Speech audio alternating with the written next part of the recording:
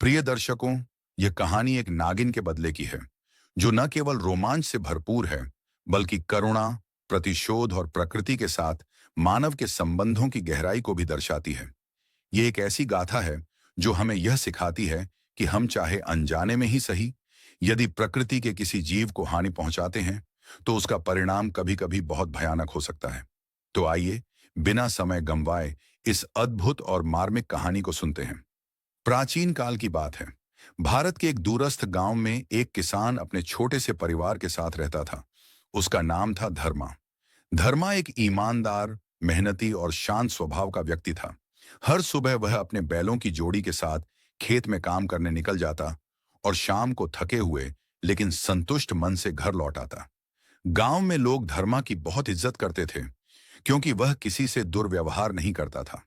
उसकी पत्नी गौरी और छोटा बेटा गोपाल उसके जीवन की धुरी थे।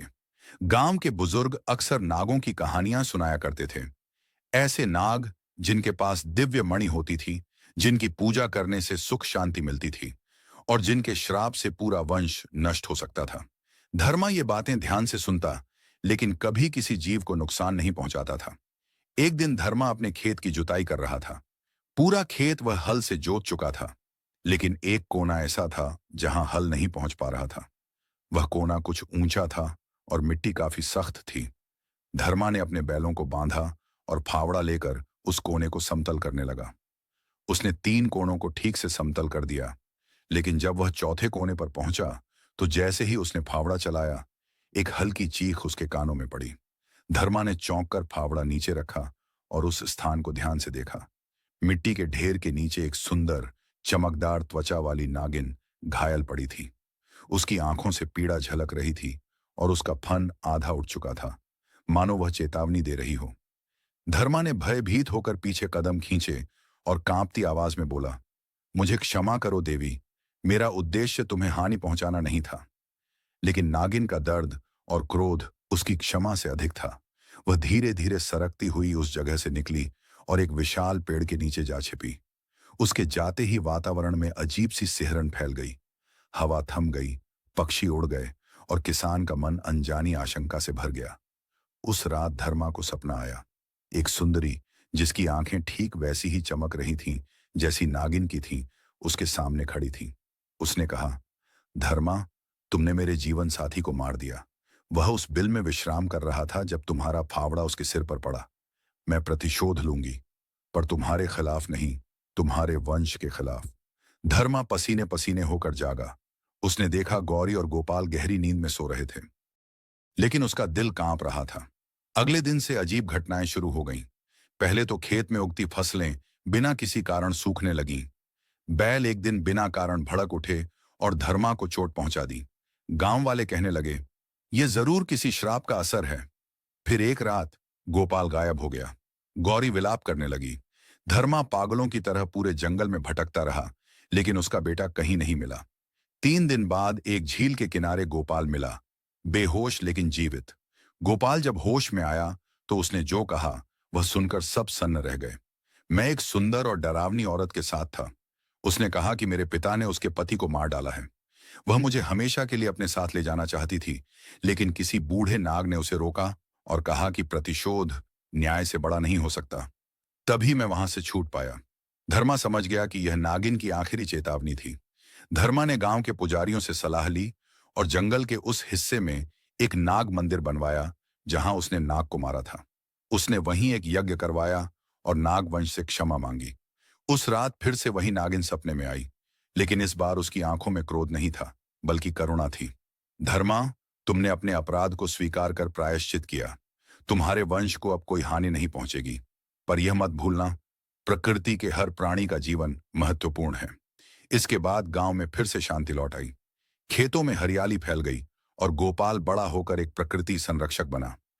यह कहानी हमें सिखाती है कि हम चाहे अनजाने में ही क्यों ना करें, जब हम प्रकृति या उसके किसी प्राणी को हानि पहुंचाते हैं, तो उसका असर हमारे जीवन पर पड़ता है। प्रतिशोध और क्षमा दोनों ही शक्तियां हैं, पर अंत में करुणा ही वह शक्ति है जो सबको जोड़ती है। धन्यवाद प्रिय दर्शकों। बहुत समय पहले की बात है। हिमालय की तलहटी में बसा एक शांत और सुंदर गांव था। नाम था शांतिवन। इस गांव की खास बात यह थी कि यहाँ के लोग प्रकृति के बहुत करीब रहते थे। हर घर के आंगन में पेड़ होते, पक्षियों की चहचहाहट हर सुबह सभी को जगाती और बच्चे नदियों में खेला करते। उसी गांव में एक 10 साल का लड़का रहता था, आरव। आरव थोड़ा चुपचाप, अंतर्मुखी स्वभाव का था। उसके पिता एक लकड़हारे थे और माँ खेतों में काम करती थी। आरव को न तो ज्यादा दोस्त थे और न ही वह खेलकूद में भाग लेता था। उसकी दुनिया किताबों और आसमान में उड़ते पक्षियों तक सीमित थी। एक दिन जब आरव जंगल के पास बैठकर एक किताब पढ़ रहा था, उसने एक अजीब सी आवाज सुनी, जैसे किसी पक्षी के पंखों की सरसराहट और हल्की सी कराह। पास जाकर देखा तो एक सुनहरे रंग की चिड़िया जमीन पर पड़ी थी। उसके पंख में कांटा चुभा था। चिड़िया बहुत सुंदर थी। उसकी आंखों में बुद्धिमत्ता और उसकी चोंच में कोमलता थी। आरव ने बिना डरे धीरे से चिड़िया को उठाया, कांटा निकाला और उसे अपने घर ले गया। उसने चुपचाप एक छोटी सी टोकरी में रुई बिछाई, दाने पानी रखा और चिड़िया का ध्यान रखने लगा। आरव उसे कंचन कहने लगा, सुनहरी रंग की वजह से। कुछ ही दिनों में कंचन ठीक हो गई, लेकिन आश्चर्य की बात यह थी कि वह उड़कर वापस नहीं गई। वह आरव के कंधे पर बैठती, उसके साथ खेतों तक जाती और जब वह स्कूल जाता तो उसके घर की छत पर उसका इंतजार करती। धीरे धीरे आरव के जीवन में बदलाव आने लगे। गांव के बच्चे उसके पास आने लगे, कंचन को देखने, उसे बुलाने और आरव से दोस्ती करने। आरव अब खुलकर हंसने लगा, खेलों में भाग लेने लगा और सबसे ज्यादा खुश तब होता जब वह कंचन के साथ पहाड़ियों की ओर सैर पर जाता। एक दिन गांव में अफवाह फैली कि पास के शहर से कुछ व्यापारी आए हैं जो दुर्लभ पक्षियों को पकड़कर विदेश ले जाते हैं। सभी डर गए और अपने पालतू पक्षियों को छुपाने लगे। आरव घबरा गया। उसे डर था कि कहीं कोई कंचन को न पकड़ ले। उसने कंचन को देखा और कहा, कंचन, तुम यहां सुरक्षित नहीं हो। तुम्हें अब वापस उड़ जाना चाहिए, खुले आसमान में, जहां कोई तुम्हें पिंजरे में बंद न कर सके। कंचन चुप रही। वह आरव के पास बैठी रही, जैसे वह समझ रही हो। अगली सुबह आरव कंचन को लेकर उस ऊंचे टीले पर गया जहां से पूरा जंगल दिखता था। उसने कहा, तुम मेरी सबसे अच्छी दोस्त हो, लेकिन मैं तुम्हारी आजादी नहीं छीन सकता। जाओ, उड़ो। उसकी आंखों में आंसू थे।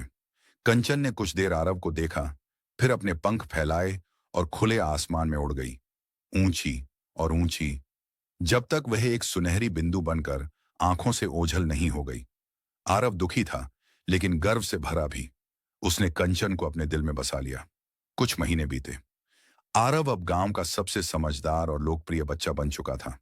वह पक्षियों के बारे में किताबें पढ़ता, उनकी आवाजें पहचानता और गांव में बच्चों को सिखाता कि पक्षियों और जानवरों को प्यार और सम्मान देना कितना जरूरी है। एक बसंत की सुबह आरव अपने आंगन में बैठा था, जब अचानक वही सुनहरी परछाई उसके सिर पर मंडराई। वह चौंक गया। वह कंचन थी, लेकिन अकेली नहीं। उसके साथ दो और छोटी सुनहरी चिड़ियां थीं। कंचन उसके पास आई, उसकी कंधे पर बैठी और फिर अपने बच्चों को उसके पास उड़ने का इशारा किया। आरव मुस्कुरा उठा। उसे समझ में आ गया, सच्चा प्यार कभी दूर नहीं जाता। जब आप प्रकृति से सच्चा संबंध बनाते हैं तो वह लौटकर जरूर आती है। आरव की आंखों में चमक थी।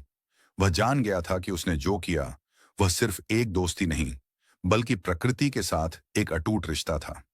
कंचन का लौट आना यह साबित करता था कि जब इंसान बिना स्वार्थ के किसी जीव के लिए प्रेम करता है तो प्रकृति उसे कभी अकेला नहीं छोड़ती। उस दिन के बाद आरव का जीवन बदल गया। उसने गांव में एक छोटा सा पक्षी आश्रय बनवाया, जहां घायल या थके हुए पक्षी विश्राम कर सकते थे। लोग अब उसे केवल एक बच्चा नहीं, बल्कि प्रकृति का रक्षक कहने लगे थे। और जब भी कोई आसमान में सुनहरी चिड़िया उड़ती दिखती, बच्चे हंसते हुए कहते, देखो, कंचन आरव को देखने आई है। यही तो जीवन की सबसे सुंदर सच्चाई है कि सच्चा प्रेम, सच्ची करुणा और प्रकृति के लिए सम्मान कभी व्यर्थ नहीं जाता। धन्यवाद प्रिय दर्शकों, इस यात्रा में हमारे साथ चलने के लिए।